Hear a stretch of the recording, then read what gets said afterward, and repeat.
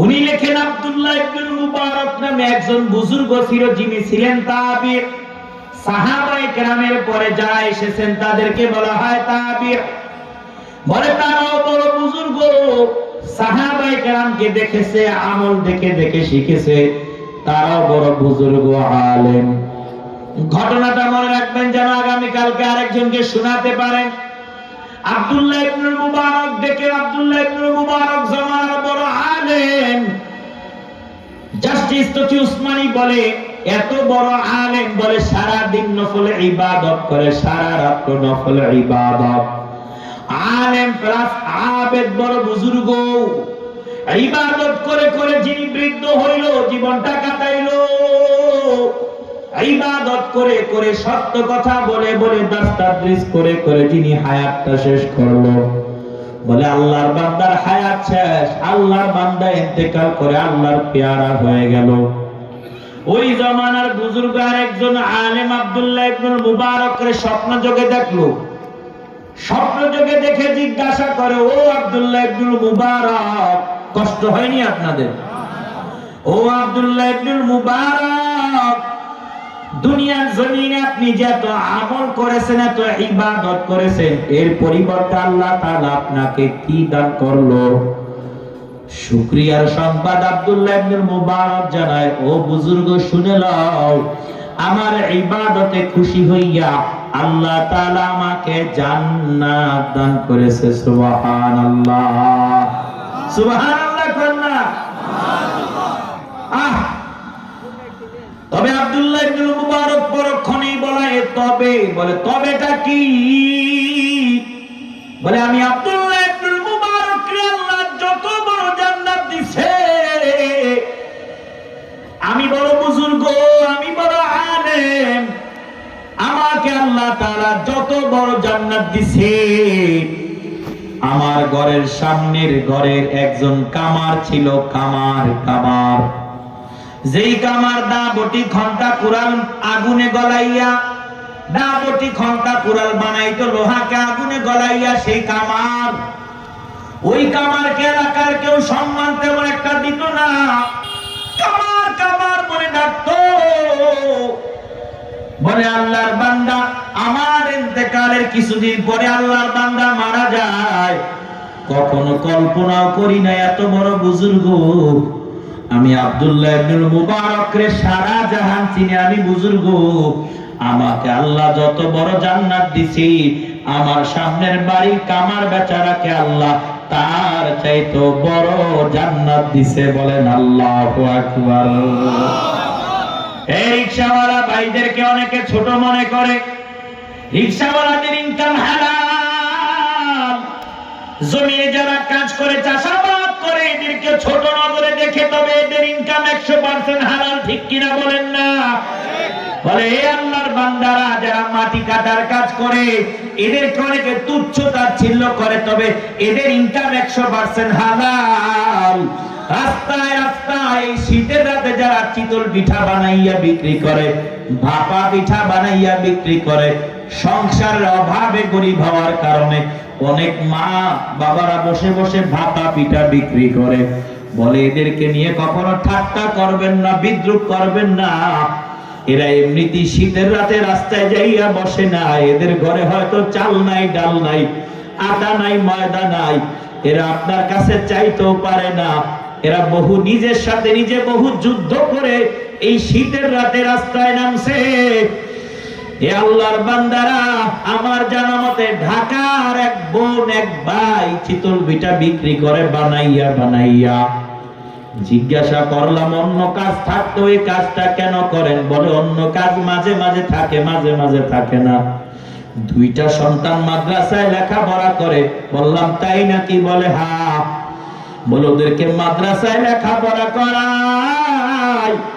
ওই বোনটা চোখের পানি ফেলে আমাকে বলে, ও ভাই, ওদেরকে আমি চিতল পিঠা বিক্রি করে মাদ্রাসায় লেখাপড়া করাই, আমি মা যখন দুনিয়ার জমিন থেকে বিদায় হয়ে যাইব, আমার এই সন্তানগুলো হাফেজ হইয়া, আলেম হইয়া, আমি মার জানাজার নামাজের সামনে যখন দাঁড়াইয়া যাইবে, আমার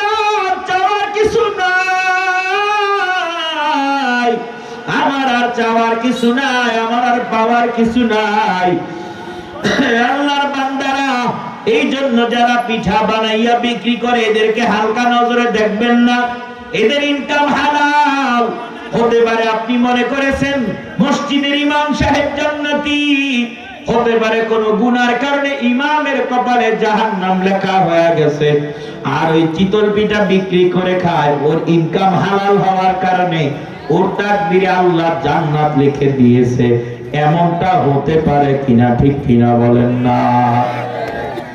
আব্দুল্লাহ ইবনুল মুবারক বলে, আমরা তাকে জানতাম গরিব, ও এত বড় বুজুর্গ কামার, আমাদের তো জানা ছিল না।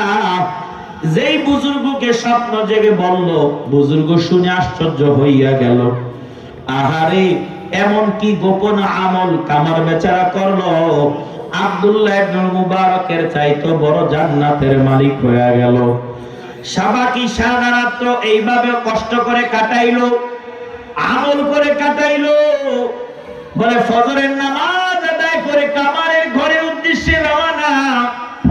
বলে কেন? বলে কামারের গোপন আমলগুলো জানতে হবে, জানা বড় দরকার।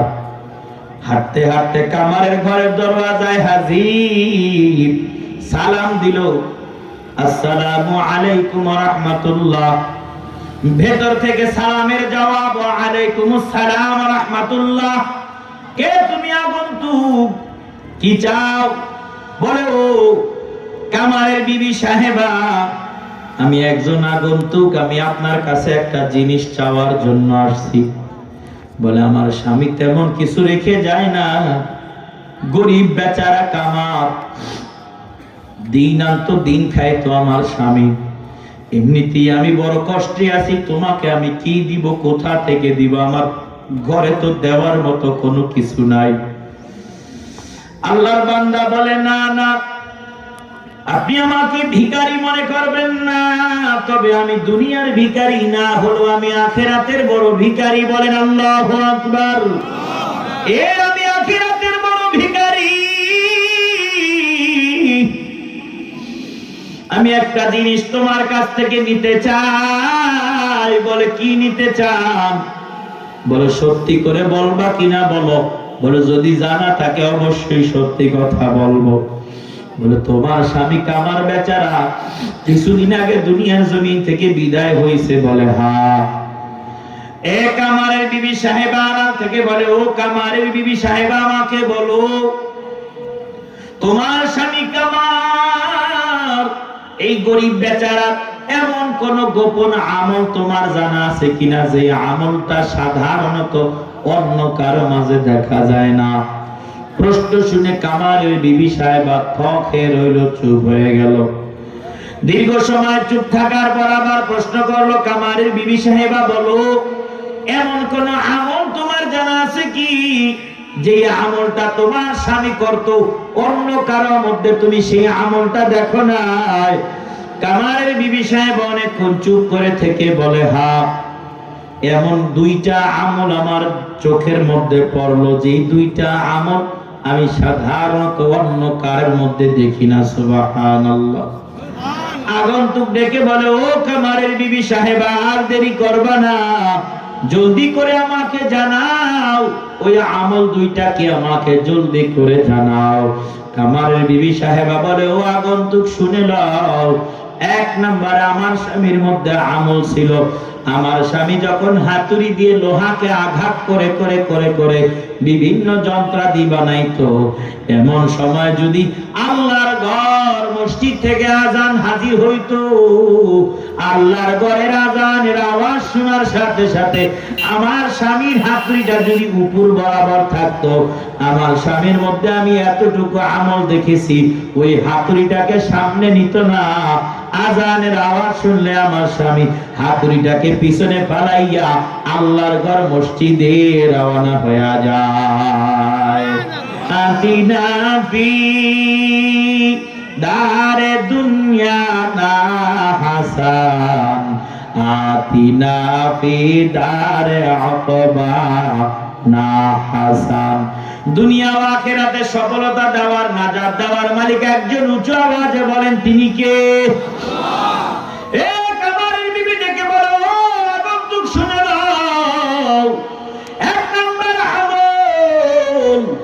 স্বামী বেচারা আযানের আওয়াজ যখন কানে আসতো ওই হাতড়িটাকে আর সামনে নেয় না, ওই হাতড়িটাকে পেছনে ফেলাইয়া আমার স্বামী আল্লাহর ঘর মসজিদে রওনা হয়।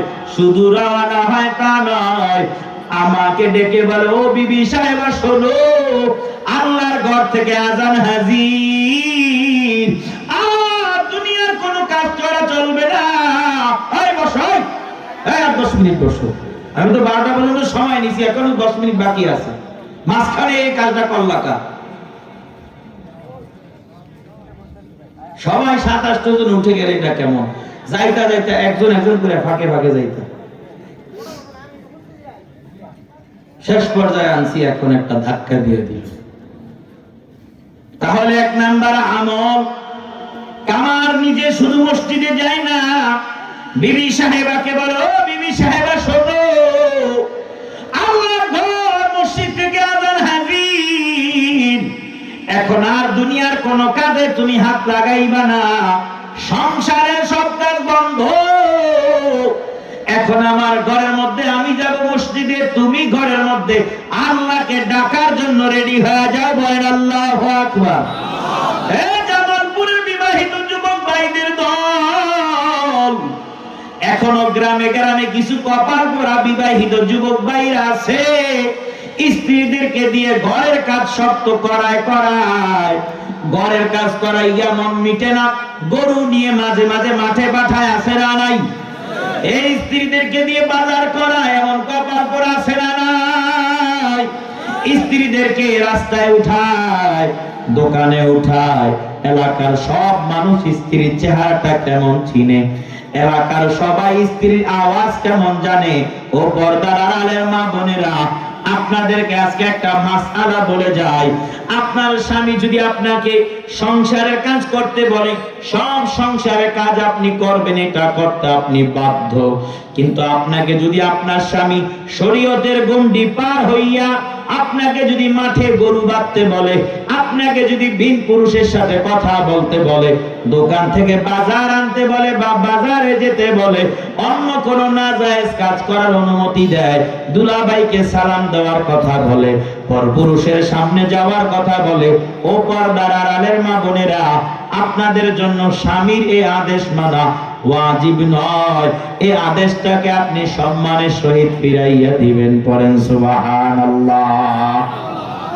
এই পর্দার আড়ালের মা বোনদেরকে বলে দিলাম, আপনাদেরকেও বলে দেয়, এ বিবাহিত যুবক ভাইরা, স্ত্রীদেরকে দিয়ে সব কাজ করাইবেন না। স্ত্রী এটা আপনার আল্লাহর পক্ষ থেকে আপনার কাছে নেয়ামত, এই নেয়ামতের যথাযথ ব্যবহার করা দরকার। কামার বেচারা বলে, বিবি আল্লাহর ঘর মসজিদ থেকে আজান হাজির, আমিও আল্লাহর ঘরে যাই, তুমিও সংসারে সব কাজ বন্ধ করে দাও, কাজ করা যাবে, সময় পাবে তুমি, আল্লাহর সময় চলে গেলে আর সময় পাবে না। আমিও নামাজে যাই, তুমিও নামাজ পড়ো। কামারের বিবি সাহেবা আগন্তুককে বলে, আগন্তুক শুনে লও, আমার স্বামীর 1 নাম্বার আমল, নিজেও নামাজ পড়তো, আমাকেও নামাজের আদেশ দিত। বলে 2 নাম্বার আমলটা কি? বলে আমার স্বামীর দ্বিতীয় আমল হলো, রাতের বেলা যখন কাজ করে করে করে করে, দিনের বেলা গরমের কারণে কাজ করতে পারতো না, সবাই রাতের বেলা কাজ করত, মরুভূমি এলাকা, রাতের বেলা কাজ করত, দাবটি ঘন্টা কুড়াল বানায়।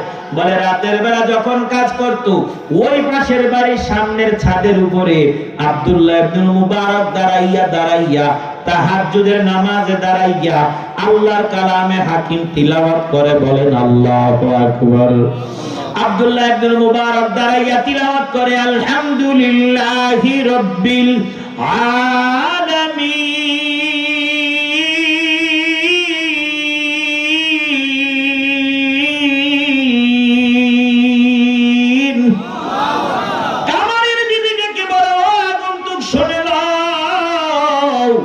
রাতের গভীর ওই আব্দুল্লাহ ইবনে মুবারক দাঁড়াইয়া কুরআনুল কারীমের তিলাওয়াত, মাঝে মাঝে আমি আমার স্বামীর সাথে সহযোগিতা করতাম, তবে সহযোগিতা করতে করতে মাঝে মাঝে আমি ঘুমাইয়া যাইতাম।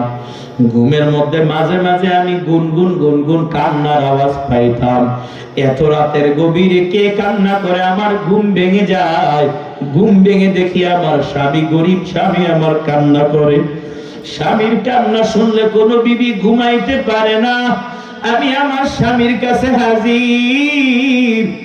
আমার স্বামীকে জিজ্ঞাসা করি, ও কলিজার স্বামী আমার, এত রাতের গভীরে কে আপনার মনে আঘাত দিল? কেন আপনি কান্না করতেছেন?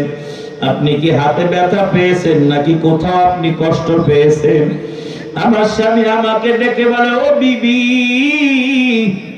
হাতুড়ির বাড়িতে হাতে ব্যথা পাই নাই, তবে আমার কলিজায় আঘাত লাগছে রে বিবি। আমি জিজ্ঞাসা করলাম, কিভাবে আপনার কলিজায় আঘাত লাগলো? আমার স্বামী আমাকে দেখায়, ও বিবি তাকাইয়া দেখ, ওই তো আব্দুল্লাহ ইবনে মুবারক, কত বড় বুজুর্গ। রাতের বেলা আব্দুল্লাহ ইবনে মুবারক বাসার ছাদে দাঁড়াইয়া দাঁড়াইয়া আল্লাহর কালামে হাকিম তিলাওয়াত করে রে বিবি। এলাকার সব মানুষ তাকে বুজুর্গ বুজুর্গ বলে ডাক দেয়। আর আমি এত নাফরমান, আমি এত বেআমল, আমি এত দুনিয়া দুনিয়া দুনিয়া দুনিয়াওয়ালা, আমাকে এলাকার সবাই কামার কামার বলে ডাক দেয়। ও বিবি, আমার মনে হয়ে গেল কিয়ামতের ময়দান যদি গঠন হইয়া যায় আর আব্দুল্লাহ ইবনে মুবারকের যদি আল্লাহ ওলি বলে ডাক দেয়, আর আমাকে যদি আল্লাহ ওই কিয়ামতের ময়দানেও কামার কামার বলে ডাক দেয়, আমার মতো কপাল পোড়াই দুনিয়ার জমিনে আর কেউ হবে না। জিজ্ঞাসা করলাম, স্বামী আপনারও কি তাহাজ্জুদ পড়তে মন চায় কিনা? বলে, বিবি আমার এই কাজ গরিব হওয়ার কারণে করি। ঘরের মধ্যে চাল নাই, ডাল নাই, আটা নাই, তবে আমার ঘরের মধ্যে সামান্য রিজিকের ব্যবস্থাও যদি থাকতো রে বিবি, ওই আব্দুল্লাহ ইবনে মুবারক যেমন নামাজে দাঁড়াইয়া আল্লাহর কুদরতি কদমে সিজদা দিয়া মজা পায়, আমি কামার বেচারা আব্দুল্লাহ ইবনে মুবারকের চাইতো লম্বা লম্বা কেরাত নিতাম, লম্বা লম্বা সিজদা দিতাম। করেন আল্লাহু আকবার। বলে, বিবি আমার কলিজার মধ্যে আমল করতে মন চাই, পিপাসা। ওই আগন্তুক ডেকে বলে, ও কামারের বিবি শুনে নাও, এই যে তোমার স্বামীর মধ্যে একটা পিপাসা, নামাজের পিপাসা, আমলের পিপাসা। বলে, এই পিপাসা কি করছে জানো? বলে, কি করছে জানি না। বলে, রাতের বেলা স্বপ্নে আমাকে আব্দুল্লাহ ইবনে মুবারক দেখায়। ওই আব্দুল্লাহ ইবনে মুবারক আমল করে করে করে করে যত বড় জান্নাতের মালিক হইল, তোমার স্বামী কামার বেচারা, গরিব বেচারা, ওই আমলের জন্য পিপাসা রাখার কারণে আল্লাহ তাআলা তার এই পিপাসার প্রতি খুশি হইয়া আব্দুল্লাহ ইবনে মুবারকের চাইতো বড় জান্নাতের মালিক বানায় দিছে। সুবহানাল্লাহ। তাহলে আমিনু কামা আমানান নাস, ঈমান আনতে হবে সাহাবায়ে কেরামের মতো ঈমান। সাহাবায়ে কেরামের মতো ঈমানওয়ালা যদি আমরা হয়ে যাই, এই আল্লাহর বান্দারা, জামালপুরের মুসলমান, কে কে রাজি আছো? ও হুজুর, আমরা ঈমানের পিছনে মেহনত করি নাই, আজকে থেকে ইনশাআল্লাহ ঈমানের পিছনে মেহনত করিয়া আবু বকর ওয়ালা ঈমান বানাইবার চেষ্টা করব, ওমর ওয়ালা ঈমান বানাইবার চেষ্টা করব, খাব্বাব খুবাইব ওয়ালা ঈমান বানাইবার চেষ্টা করব। ও হুজুর, মিথ্যা ছেড়ে দিব, সত্য গ্রহণ করব, নামাজ ধরব, জিনা ছাড়ব, বেপরদা ছাড়ব, মিথ্যা কথা ছেড়ে দিব, আর চগলখড়ি করব না, আর গুনাহ করব না। পর্দার আড়ালের মা বোনেরাও অন্তরে অন্তরে নিয়ত করেন, আল্লাহ, আর চেহারাটা ভিন পুরুষকে দেখাইব না, আর কণ্ঠের আওয়াজ অন্য কাউকে শুনাইব না, আর শাশুড়ির সাথে ঝগড়া করব না, স্বামীদেরকে আর কষ্ট দিয়ে কথা বলবো না, ননদদেরকে আর আঘাত দিয়ে কথা বলবো না। শাশুড়িদের দল যারা আছেন আপনারাও নিয়ত করেন, ও আল্লাহ, আমার ছেলের বউটাকে, পুত্র বধূটাকে নিজের মেয়ের মতো আদর করব, পর পর ব্যবহার করব না। আল্লাহ তাআলা আমাদের সবাইকে এই আমলগুলো করার তৌফিক দান করেন। যার যার নিয়ত আছে, হুজুর আর নামাজ ছাড়বো না, আর মিথ্যে কথা বলবো না, আর চগলখড়ি করব না, আর অন্যায় করব না, কাউকে অন্যায় করার সুযোগও দিব না। ও হুজুর, আর ফজরের নামাজ, যোহর, আসর, মাগরিব, এশা ছাড়বো না, আর গুনার কাজ করব না, অন্তর দিয়ে কাউকে কারো ব্যাপারে ভিন্ন ফিকির করব না, জবান দিয়ে কাউকে গালি দিব না, আমার কথায় অন্য কেউ কষ্ট যেন না পায় সেই দিকে খেয়াল রাখবো।